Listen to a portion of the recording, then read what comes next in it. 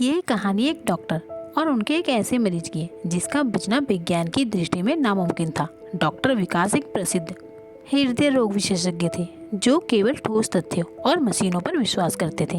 अब एक दिन उनके पास 10 साल का एक बच्चा आर्यन लाया गया जिसे गंभीर दिल की बीमारी थी। सर्जरी के दौरान अचानक मशीनें रुक गई और आर्यन की धड़कनें बंद हो गई। डॉक्टर विकास ने अपनी पूरी कोशिश की लेकिन अंत में उन्होंने हार मान ली और नर्स से कहा कि परिवार को सूचना दे दी जाए। बाहर आर्यन की माँ लगातार महादेव का जाप कर रही थी। जैसे ही उन्हें पता चला कि सब खत्म हो गया, उन्होंने रोते हुए अस्पताल के छोटे से मंदिर में स्थित शिवलिंग के सामने माथा टेक दिया और कहा, हे काल के कपाल महाकाल, तू तो मृत्यु को भी टालने वाला है। आज एक माँ की गोद सोनी मत होने देना। और उस माँ के इतना कहते ऑपरेशन थिएटर के अंदर एक ऐसी घटना घटी जिसे देखकर डॉक्टर विकास की भी होश उड़ गई।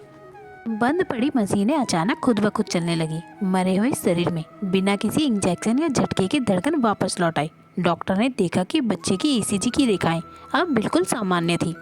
अब जब डॉक्टर बाहर आए तो उन्होंने देखा कि एक बूढ़ा व्यक्ति साधु के बीच में मंदिर के पास खड़ा था, जिसने आर्यन की माँ को एक बेलपत्र दिया और कहा, उठो बेटी, तेरा पुत्र महादेव ने मांग लिया है।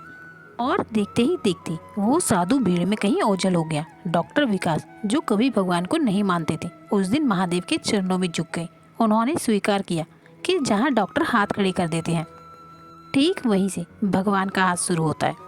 ईश्वर हमें ये नहीं सिखाते कि संकट नहीं आएगा, बल्कि वो हमें संकट से लड़ने की अपार शक्ति और कभी कभी अदृश्य सुरक्षा चक्र प्रदान करते हैं, जिससे कि हमारा भगवान पर विश्वास और भी अटल हो जाता है।